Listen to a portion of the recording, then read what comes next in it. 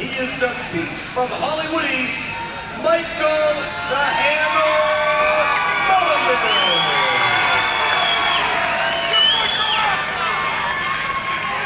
Yep. Hey, folks, Michael the Hammer Mulligan here with Michael Lobo Gracie. What's up, Michael? Mike the Hammer, what's going on, man? Another beautiful day downtown Buzzards Bay. We're in the backyard by the fire pit. We ain't going to start it up because it's too warm. Yeah, we don't want to be in the pit tonight.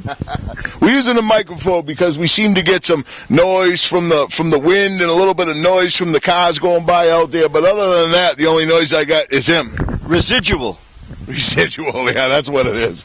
Residual, all right. Hey, what are you doing back there? So listen, we're going to show you some stuff today from something we did the other day. We went down to, what's the name of the place? Team Danielgracie, Cape Cod, where Professor Giuliano Catino, a.k.a. Banana, resides. All right, and down there came Danielgracie himself, the Professor Danielgracie, who is basically the reason why Michael has his black belt, right, under Banana, under Daniel, and Cacao, and a lot of the other black belts around here. So he did a seminar down there, and Mikey's going to describe to us kind of what went down and what we're going to see in the, videos to come. Thanks, Mike. Basically what went down, it's a good time. When we get Daniel down here maybe twice a year, sometimes if we're lucky 3 times a year. He's got a beautiful school in Philly now, Philadelphia. But what we do is it's not only a good time to go over techniques and, certain things that are going on in the MMA world, but it's a good time to get together as a family and camaraderie, and we get a bunch of people in. We get new people. We got guys that have been training with us for over 10 years. I've been with Banana. 50 people in that room. There was 50 people on the floor. 50 students on the floor. And then Daniel went down to South Shore Sport Fighting, who we cross-trained with Sunday, and did a no-gi seminar down there. So, between the two CCFAs and Banana and the South Shore guys, we got like I said, there's a lot of good techniques going and being shared amongst us. So, I think, just to throw this in here, I think the thing with, look at the log, nice. I think the thing with the South Shore, with the Sit Tong is where Mike originally was, it wasn't his first school, but that's where he was training most of the time. And from then, it's just blossomed. They opened up the first Cape Cod Fighting Alliance in Plymouth. 6 years ago. Right, and then they just opened up a new Cape Cod Fighting Alliance on the Wareham-Bourne line. Yep, the Cranberry Highway. Which is 1.5 miles, 2 miles from where we're sitting right now.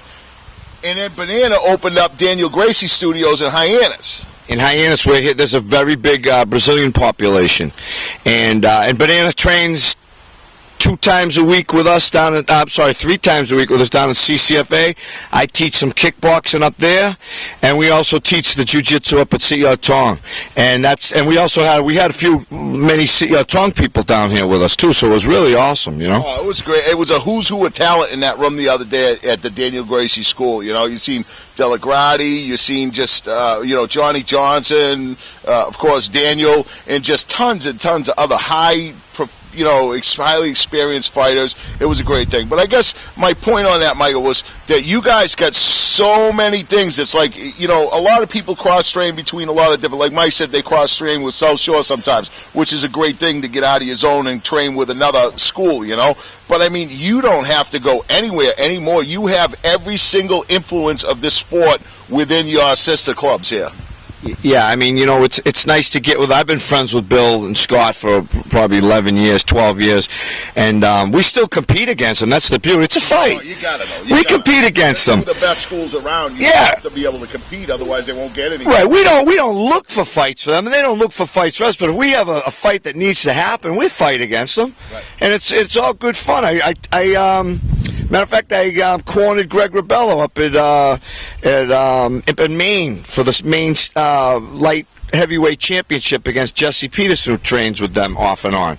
And it was, it's a fight, man. Well, here's the problem. If you don't fight against the best guys around here, you are not going to move up to the next level. So if you say, okay, he's my brother, he's my cousin, he's, that I understand. But if he fights for that school over there, and we know them, we've trained with them once, and you don't take that fight, you'll never be able to get to the next level. You need another good school to compete with so that you can raise your own level of expertise. Well, you just made a good point, and to piggyback on that is, you should be fighting.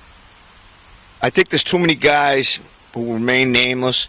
There's too many guys protecting their records around here in every division, and I think it's crazy because if you're trying to go to the big show, nice breeze. Oh, it's beautiful.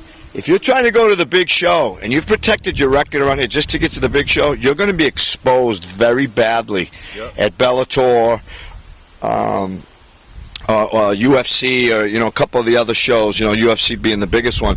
Fight the best guys. Prove that you're the number one fighter around here. It's the foundation, Mike. It's the foundation, and that's it. Now, I'm not saying amateur fighters or guys that are 1-1 in pro should be fighting the toughest guys around. That's crazy. Okay, they should be foundation moving along. But going back to that seminar, it's a good time to get everybody together for 2 hours, and we had a barbecue afterwards. Go over a few techniques. I always pull something out of those seminars, even if it's one technique that's either that's been I've never seen it, or that I just need a review on it. And when one of the arm bars he taught, I already knew it, but I forgot about it. And it's such a simple arm bar that I think, of course, dude, I've been hitting the head too many times. But you want to talk about some of these upcoming fights coming up? Let's do it. Okay, I know June 7th, CES. I'm only going to touch on a few names I know right off the bat because cards do change. I know Josh LaBerge is going to be fighting on that card. Good fighter. Who's a kid coming back in the 145, or held the 145. Fight him, or you were gonna fight I fought Josh. Yep, Josh is a really tough kid. And he held the number one spot. He had a baby.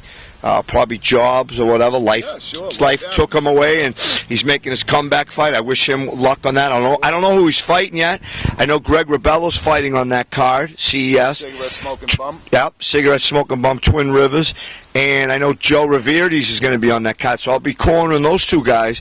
And I know that CES puts on one of the best shows in the Northeast. So they're going to have a little more information on that later. I'm sure there's some much bigger Who's supplying names. The cage for that one? I don't know who's supplying the cage. I would assume Joe Reverdes, right? But and then you got June 8th, Mohegan Sun, Reality Fighting, another top organization to fight for. Great guys. Kip and Joe Cuff. Joe Cuff is gonna. We're gonna have a super fight, I guess. There in the middle, me and Joe Cuff. He's been talking some shit. Who's older, you or Joe? Oh, I'm older than Joe. You got better hair, though. Joe's better looking. Nah, I don't know, dude. I don't know. But that's forming up to be a good card. And the only reason I don't know so many people on that card right now, there's a few fights, but Chip Maraza-Pilat, a.k.a. the Surgeon, will be fighting Roger Zapata. Now, Roger Zapata's a heavy-handed, good ground game, really strong fighter. It's just going to be a phenomenal fight. I think they're headlining that card, so the Surgeon and Roger Zapata, June 8th, Mohegan Sun. Don't miss that fight. Nice. What else you got? Who else? There's some cards in June, and then we gotta have our young pup there, Shane the Future. Shane the Future Mulligan, July 26th at Memorial Hall in Plymouth, the best venue to see a fight in history. Yep, it's the best. It's the best, and he's going to be making his amateur debut. And hey, we'll hopefully find a good opponent for him and go from there. Nervous dads for that one right there. We're excited for that. You know what I mean? He's oh my God. Done well in his wrestling career. This is all you're going to hear until July, folks. Just so you know, that's all I'm going to be talking about is my son getting his first fight. You've seen him grow. You've watched him with us, with the videos that we do, so you know what kind of a kid he is. And hopefully he does well. I think he's going to do okay. Yeah, he's training hard already, and we got to hopefully we'll get Perry Pierre and Fernando Perez on a few local shows. Thing. And the other big thing, Hammer, is UFC coming in August, I believe. Coming to Boston. Now, this is going to be interesting because this could be awesome because I want to see Joe Lazon fight on that card again. He's going to be on that card? I think Joe will be on that card. I mean, how about Proctor? I know he got hurt and he was knocked off his last. I don't know how he had an operation. I don't know. I don't know what the extent of his injuries. It would be nice to see Joey Proctor fight on that card. But I really love to see Joe Lazon fight, 'cause I've been watching Joe Lazon fight since he was a young kid at the old Mass Destructions and things. And I mean, Joe's one of the best fighters in the world at 155. And to see him in his hometown would be a phenomenal thing to see it again. Saw him once. We sat in the box up there with Danielgracie and watched him fight. He threw this dude around, man. Oh, God. Yeah, he was proud to be there. He was happy to be in Boston. I love to see Joe Lazon fight. He's one of my favorites. I hope they bring John Howard back for that. Doomsday. I hope they bring him back to the UFC for that fight. I was just going to say that, Hammer. I wouldn't that be awesome to see Doomsday fight around here at the UFC in Boston? It would be great. Wouldn't that be phenomenal to see them? So we got some action happening this summer. This is only the start of it. This is only the tip of the iceberg. It's just kicking off. We're going to get back to you with more stuff. We're going to talk about a bunch of stuff. For now, kick back, folks. Watch the rest of this video. Watch Daniel Gracie teach these students. Watch some of the moves. You might learn something you want to do.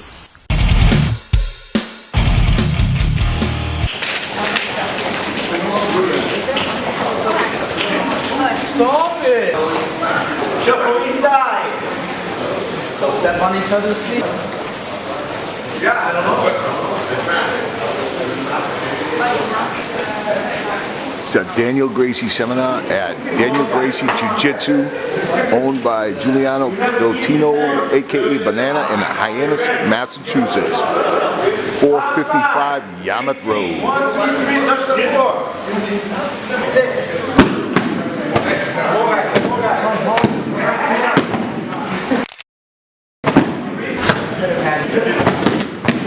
Stand up and do it. Want this one?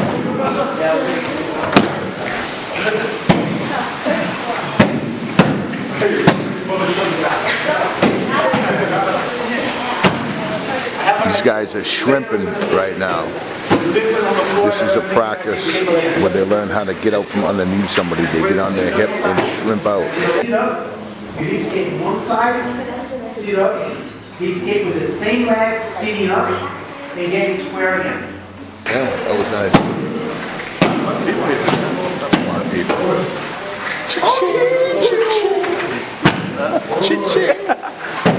One, two, 3, 4, 5, 6, 7, 8, 5, 6. All warm up to prevent injury. What is important here, it's your balance and at the same time, avoiding attacks on the guard. When I mean attacks, I don't mean only submission. Sweeps, anything someone can do to you on the guard is an attack. Okay?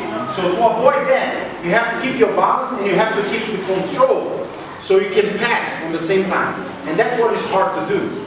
On the same time that you're opening someone's guard, as an attack, you have to protect yourself, but you don't want to only protect yourself. You want to attack. That requires balance and timing. Okay? So this is why I like to show always this way to open the guard and pass, because it's a lot safer than other ways. Okay? So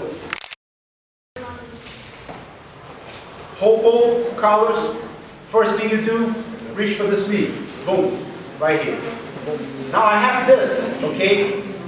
Of course, I can stand up holding the collar. I can stand up, I can open his guard like with the knee. But none of those positions, you're dominating the guy's arms. So he's still moving, he's still attacking. This one, he has no attack when you hold someone's sleeve. He has no attack at all. Now, of course, if I lift my left leg here, he's going to go under, and now he's going to sweep me that way. So the leg that I have to stand up first, of course, is the one that I'm holding the arm. Now, another secret here is not taking forever to stand up. If I put this leg up, now I want to lift the other leg up, what I'm going to have to do, I'm going to have to hang my weight on here.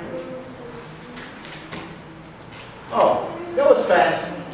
That's the time that he needs to attack. That's enough for him to go for armbar, for a sweep. So don't give your opponent that. Don't give him that chance. So how do you stand up? Is my hand on his body? Is he going to sweep me with one hand? No, I'm holding here. Look at this. It's over. Move your leg back, let it go. What do you do there? Remember, how are you attacking? Yeah, keep attacking.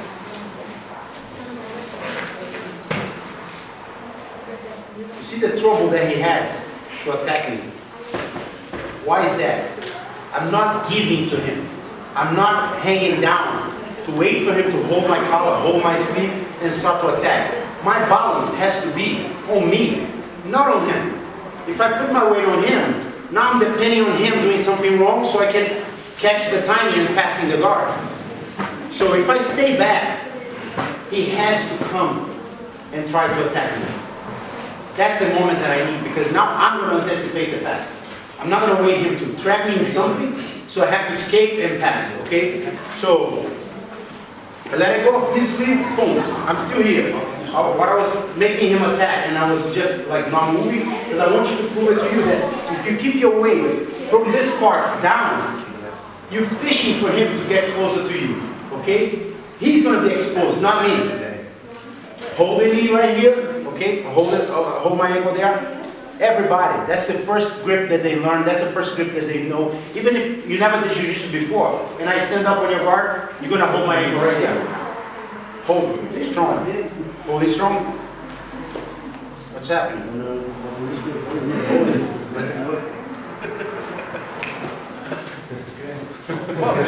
Hold it. Everybody thinks that that's a strong grip. That's not a strong grip. Your thumb has no strength. Okay? It's the same thing, hold my hand. Like, remember that self-defense? With both hands. Boom, I'm sorry, it has to be here, because your thumb. So, remember that self-defense? Here, boom. That's the same thing.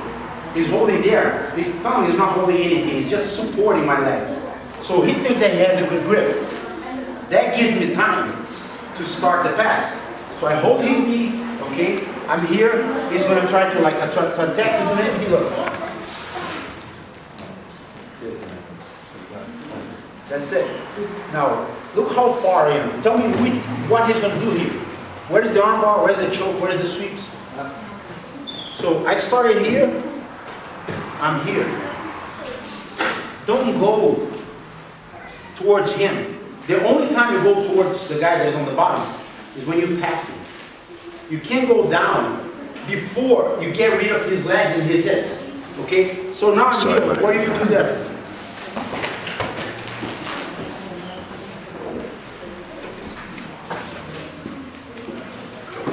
Here, it's my game. Here's my field. I'm here, look. He has no attacks. He can't anticipate. I can do whatever I want here because I'm totally in control. Okay, I have his legs. He doesn't have my hands. Hold my hands in there. What he's gonna do with this? If I'm not going towards him. Now if I go here, he's gonna have something, but I'm here. So what I'm gonna give it to him is my shoulder. Boom. As soon as I'm here, Not that hot air. hold the head. So again, try to draw, try to put like a window, okay, a glass right here. On this area. Every time you hang on him, your head's gonna hit the glass. So you don't want to hit the glass. So look at I know that it's almost impossible not to move your head forward when you're standing up. Okay? But try to keep your body as far as possible this way, not towards him. So he's going to be like trying to pull me, start to pull me to you, and look, I just keep my body here. Hold the sleeve, look, close your guard, close the guard. Look at this, straight line, look, straight line. Boom. From here, all the pressure's on his leg. Okay, look, it's open. Like taking your jeans pants off with bending your legs. Have you tried? Stand up. Boom. That's it. I'm standing up. My legs are totally stand up. So I put the pressure on his knee. Boom. It's open. Move back. Hold the knee. If he's not holding there, a lot of times that happens. Okay, guy's not holding there. I'm already there. Boom. Look at my hips. When you finish the pass, hips down. Okay, I don't want to see anyone passing with the knees on the floor. Okay, you can bring your knees up after you pass. As soon as you pass, it's like a sprawl. That's not. I know there's a lot of people here that did wrestling before. Okay, think like a sprawl, but you're not going to sprawl and stay flat. You're going to sprawl and go to the side. So you move your legs away from your partner and you drive your weight to the side. But give your shoulder, okay? You're not gonna go straight here, you're gonna go here. Okay, look, I'm not switching my hips, okay? I'm moving my hips down, but I'm not switching. Boom. I like even to do better. I do like this. I hold the collar right here, and I move my leg right here. Put the pressure that way. Any questions? Sir. So let's do it. Don't go here. Turn on guard. Look, I'm on his back yet, but I didn't pass the guard. Now, when the person turns on four like that, he already is going to turn. Like thinking about something to escape him, thinking about something to replace the guard. Okay, he's not going to turn and stay there. That's the problem. Now, if I pass the guard and the guy turns on four with me on the side control, I'm going to anticipate my attacks. So always pay attention on that. Don't push the leg to the opposite side, okay? Always, if you want to like turn the legs somewhere, turn the leg this way. Turn on four. So if I'm pushing, I'm helping him to go that way. And actually, there's a guard replacement there. That is the one that I like the most. I turn my body that way and come back replacing the guard right away. So if someone does that to me, pushing the leg to the side, it's helping me to do that replacement. That's when we can work on that. It's a very good way to replace the guard. Okay. That's my guard. I'm here, okay, let's say, and I want you to push because if you see the legs, that's wrong. Yeah, push my legs to the side. Oh, look, from here. Good. That's it. I turn, okay, I like to escape. Usually we can do that from the side control, but this situation is a lot easier. See, because I'm like, what do you think? When I'm like, guys does that and I'm turning on four, he thinks I'm gonna get his back and my back.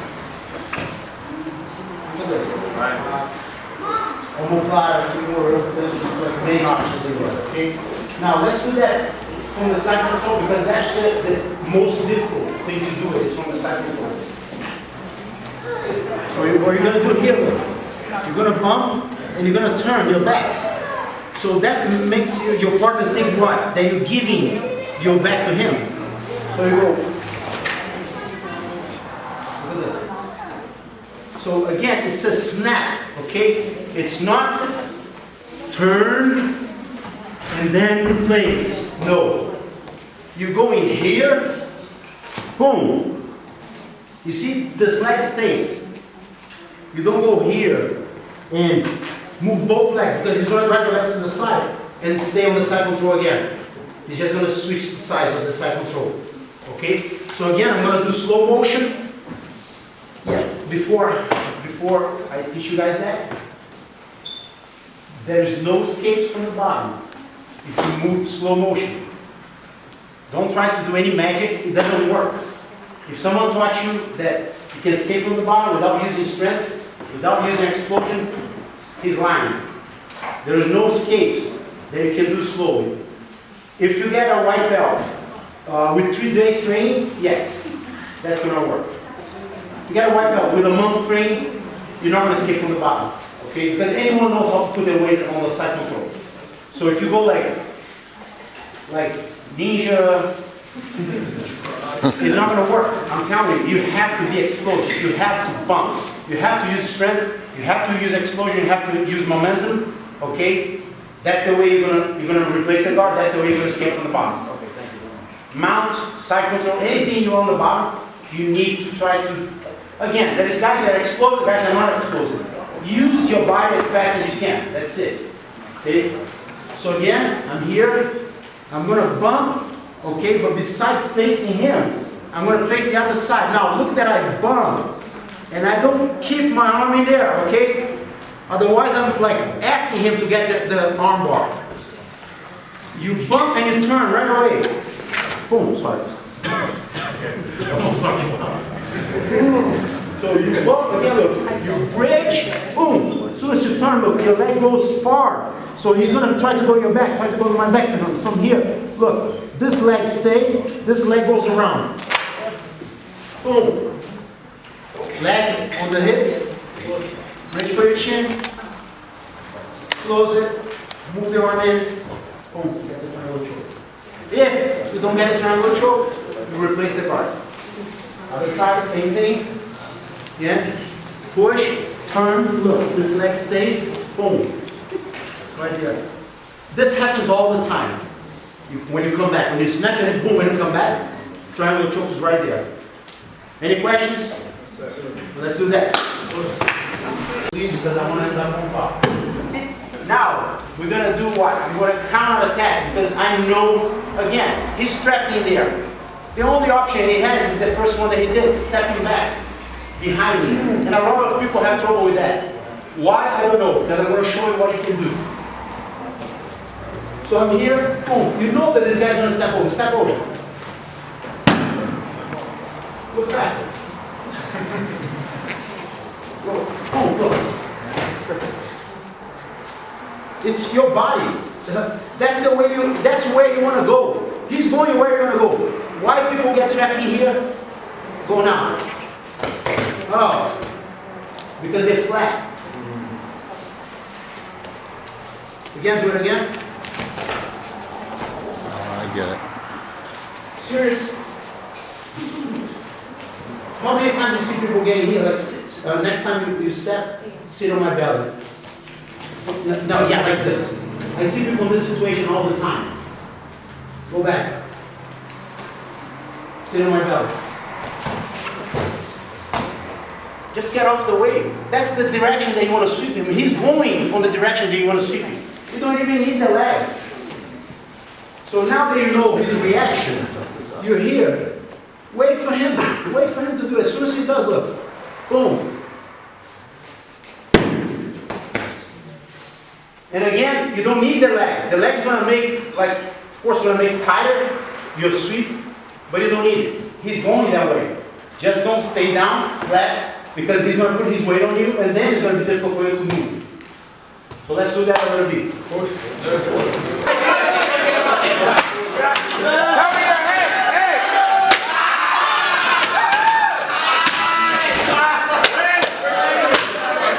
Those are the guys that get it worse.